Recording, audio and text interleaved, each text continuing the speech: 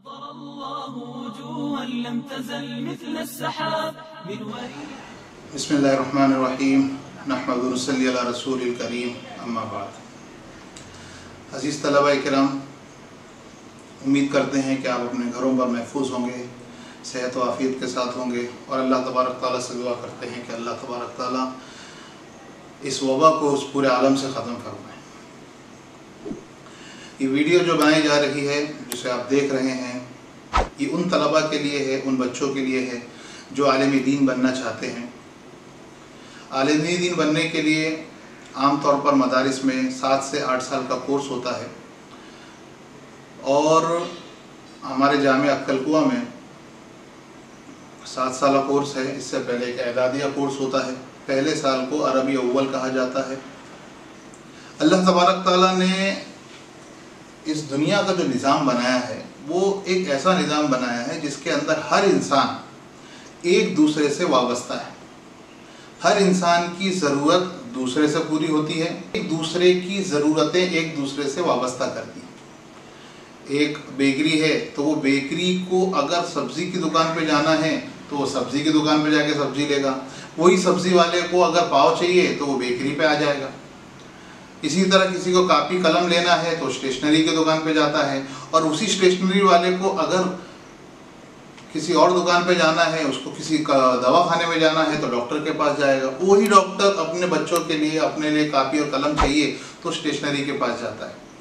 عجیب بات یہ ہے کہ اللہ تبارک تعالیٰ نے ہر انسان کی ضرورت ایک دوسرے سے وابستہ کر رکھی ہے، اور ضرورتوں کو پورا کرنے کے لیے اللہ نے انسانوں کو ہی رکھا ہے. ہر انسان اپنے اپنے کمال اور ذوق کے اعتبار سے اپنا ایک مشغلہ چنتا ہے اور اس میں لگ جاتا ہے، اور دوسروں کے کام آتا ہے اور دوسروں کی ضرورتیں پوری کرتا ہے. لیکن اس دنیا میں جو سب سے عظیم المرتبت ضرورت ہے، جس کو ہر انسان، جس کی ضرورت ہر انسان کو ہے، اور اس کی ضرورت کی بنا پر اس دنیا میں بھی کامیاب ہوگا اور مرنے کے بعد کی جو زندگی ہے اس میں بھی کامیاب ہوگا، اس ضرورت کو کہتے ہیں انسان کی دین کی ضرورت. کہ دین کیا ہے؟ کہ اللہ تبارک تعالیٰ نے اس کو پیدا کیا، اور کیوں پیدا کیا؟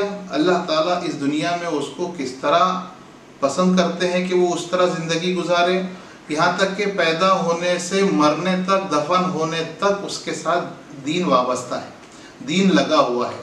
کہ وہ دین وہ کس طریقے سے پیدا ہونے سے لے کر مرنے تک کی زندگی گزارے، دفن ہونے تک کی زندگی گزارے، یہ اس کی دین کی ضرورت ہے. اور اس ضرورت کو پورا کرنے کے لیے اللہ تبارک تعالیٰ نے علماء کرام کو رکھا.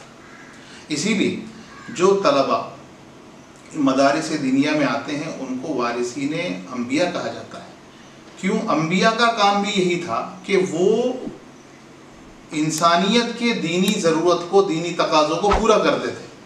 اب جب انبیاء علیہ السلام کا سلسلہ بند ہو گیا، نبی کریم صلی اللہ علیہ وسلم آخری نبی تھے، اب یہ سلسلہ جب منتقل ہوا ہے تو یہ سلسلہ ختم ہو گیا. لیکن لوگوں کی دینی ضرورت کو پورا کرنے کا کام یہ علماء کرام ہی کرتے ہیں، اور یہ مدارس میں پڑھنے والے طلبہ، مہمانان رسول جن کو کہا جاتا ہے، تو یہی وہ لوگ ہیں جو آگے چل کر لوگوں کی دین کی ضرورت پوری کرتے ہیں. تو یہ اللہ تبارک تعالیٰ نے ایک ایسا کام رکھا ہے کہ جس کے اندر کام کا کام ہے اور دین اور دنیا دونوں کی بھلائی ہے. لہٰذا جب ہم یہ سوچیں کہ اللہ تعالیٰ نے ہم کو اس مشغلے میں رکھا، جس کے بارے میں حضور فرماتے ہیں، حضور کریم صلی اللہ علیہ وسلم فرماتے ہیں، خیرکم من تعلم القرآن وعلمہ، تم میں سب سے بہتر وہ ہے جو قرآن کو سیکھے اور سکھائے. یہ اللہ تعالیٰ کے سب سے پسندیدہ مشغلوں میں سے ایک مشغلہ ہے، دنیا کے سب سے بہترین کاموں میں سے ایک کام ہے. نہیں تو اللہ تبارک تعالیٰ بڑی بڑی صلاحیت بھی دے دیتے ہیں، ذہن دے دیتے ہیں، دماغ دے دیتے ہیں، پیسہ دے دیتے ہیں، لیکن وہ صلاحیتیں ایسی چیزوں پر لگ جاتی ہیں کہ آدمی تصور کرے تو سوچے اس نے زندگی میں کیا کیا. جیسے بعض لوگوں کی صلاحیتیں ٹیسٹنگ لیب میں لگ جاتی ہیں. اب کوئی پیشاب چیک کر رہا ہے، کوئی خون چیک کر رہا ہے، کوئی پیشاب پخانہ چیک کر رہا ہے، وہ صلاحیتیں وہاں لگ رہی ہیں. لیکن وہ چونکہ دو لوگوں کی ضرورت سے وابستہ ہے، اور وہ اس ضرورت کو پورا کر رہا ہے، وہ اس کے کام میں لگا ہوا ہے.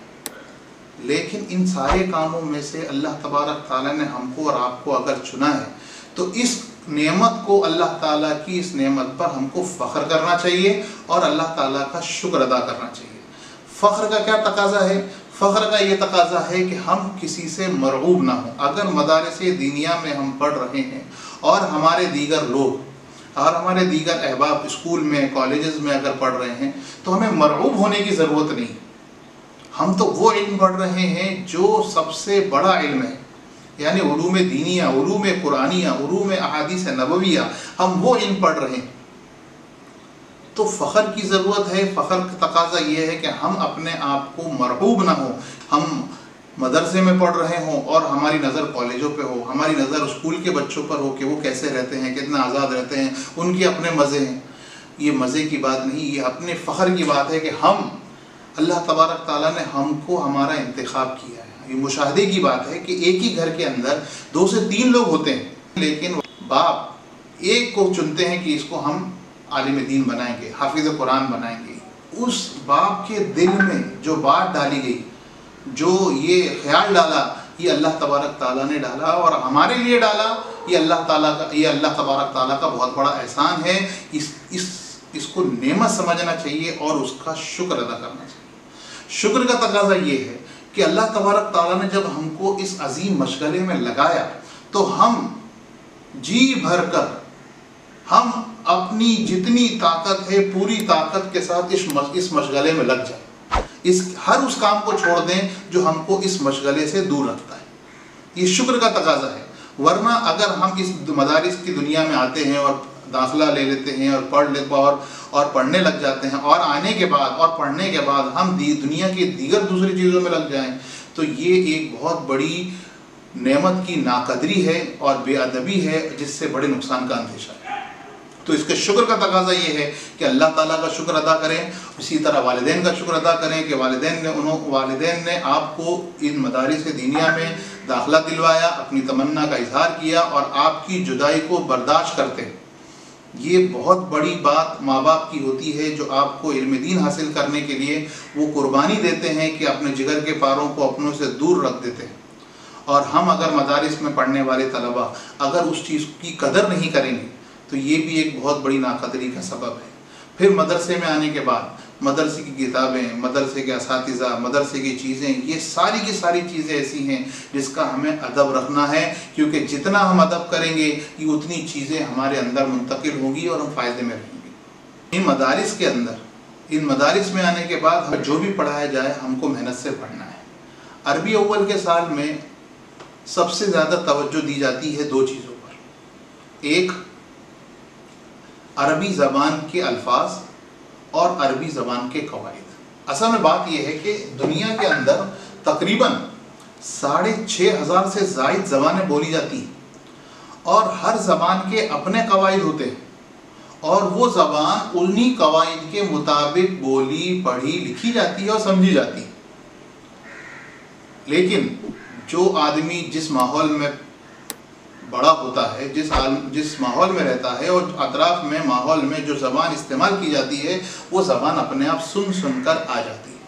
جسے ہم مادری زبان کہتے ہیں. جیسے ہم ہندوستان میں ہیں تو ہمیں ہندی اور اردو اپنے آپ آتی ہے کیونکہ ہم بچپن سے ہی اسی زبان کو ہم سن رہے ہیں، تو ہمیں وہ زبان اتنی روانی کے ساتھ آتی ہے کہ اس کے جملوں کو بولنے کے لیے ہمیں کسی قاعدے کو یاد کرنے کی اور دھیان رکھنے کی اور توجہ دینے کی ضرورت نہیں پڑتی.